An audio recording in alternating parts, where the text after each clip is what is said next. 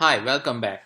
The next step in our app is to save the variable created item which we have assigned here to the ng model inside a variable and then log it just to see that when the user will click the save button, we are saving whatever the user has typed in into his task into a variable. To do so, let's navigate to add-item.js and create the method save which we had referred to in our HTML component. The next thing we would want to do is to use created item. As you can see, I've already added the created item right under the add item class. What this tells Angular is to instantiate the created item which we had referred here in the add-item.html to a null variable so that we can use it later. Now, once the user clicks the save button, all we want to do is to log whatever the user has typed in into our console. To do so, we would type in this console.log this.created item. Now let's see what we have got.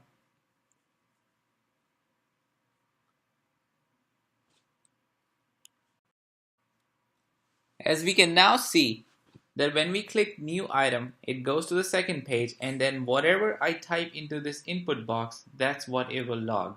So let's test this. This is a test task.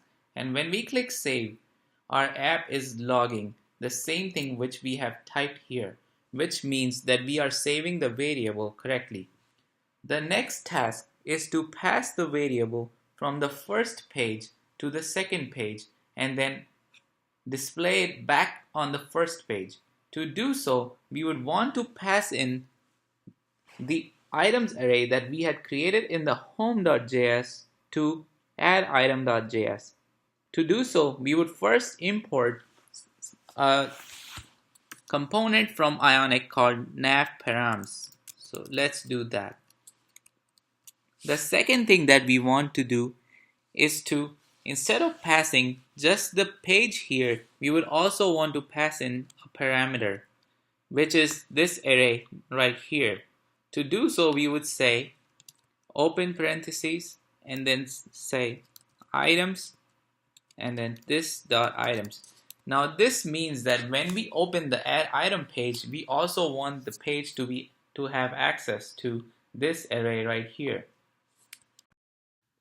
The next thing that we want to do in our app is for the add-item.js to accept the parameter coming from the home.js. In order to do so, we would want to import nav controller and also another Ionic component called Params here. And then in our constructor, we would also want to add nav controller and then Params nav params. This means that our app will be using the nav controller and the nav params which we have imported above as the variables nav and nav params respectively. We will also want to instantiate these two variables. So let's do that inside our constructor. Now when the user will click the save button, we want our function to add whatever the task the user has typed in to a list of the tasks which we already have. To do so, we would want to add the task to the items array which was passed to us from the home.js file. Now let's do that by using the nav params which we have just imported. So we would say this dot nav params dot data dot whatever the array name that we have passed in. So let's see what we passed in. We passed in the array as the name of items. So to access it here, we would use the same name. Dot push this dot created item. As we can see that we had saved our variable in the name of created item. And then we want the user to go back to the previous page which he came from. To do so, we would execute the command called this.nav.pop. As you guys can see that the navigation works as a stack. When we push items into the navigation, the user navigates to the next pages. When we pop items from the navigation, the user goes back to the page which he has come from. Now let's see what our app does. So let's create a new item. This is a task. And let's see if our save button works. So when we save, we can see that this is a task is now displayed on the first page. This means that our items array that we had passed into the add items page now has one item in it.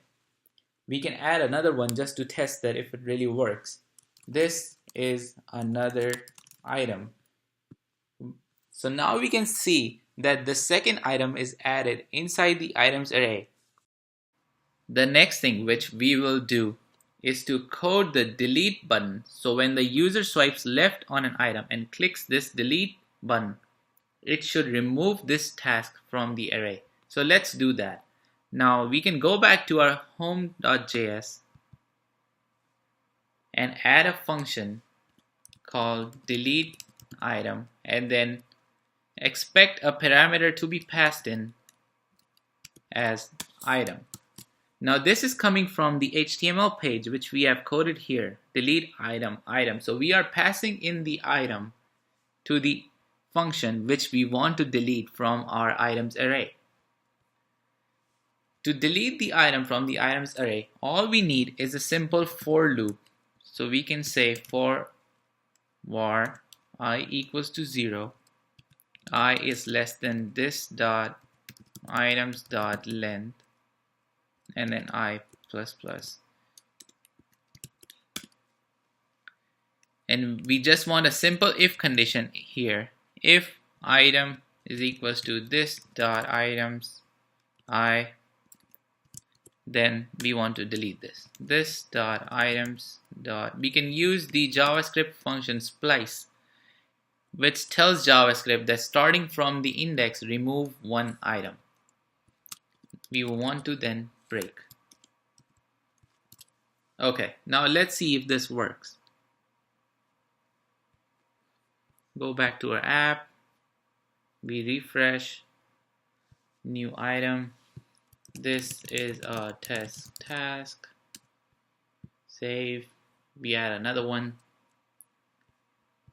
This is another test task. Now let's try to delete the first one. And when we click this, okay, as we can see that the first item has now been deleted. Now our to-do app works perfectly fine, but there is one thing missing. Every time we refresh our app, the user does not see the tasks that he had previously created. In order to do so, we need a mechanism of somehow storing the data so whenever the user starts up our app, he can see whatever task that he had previously created.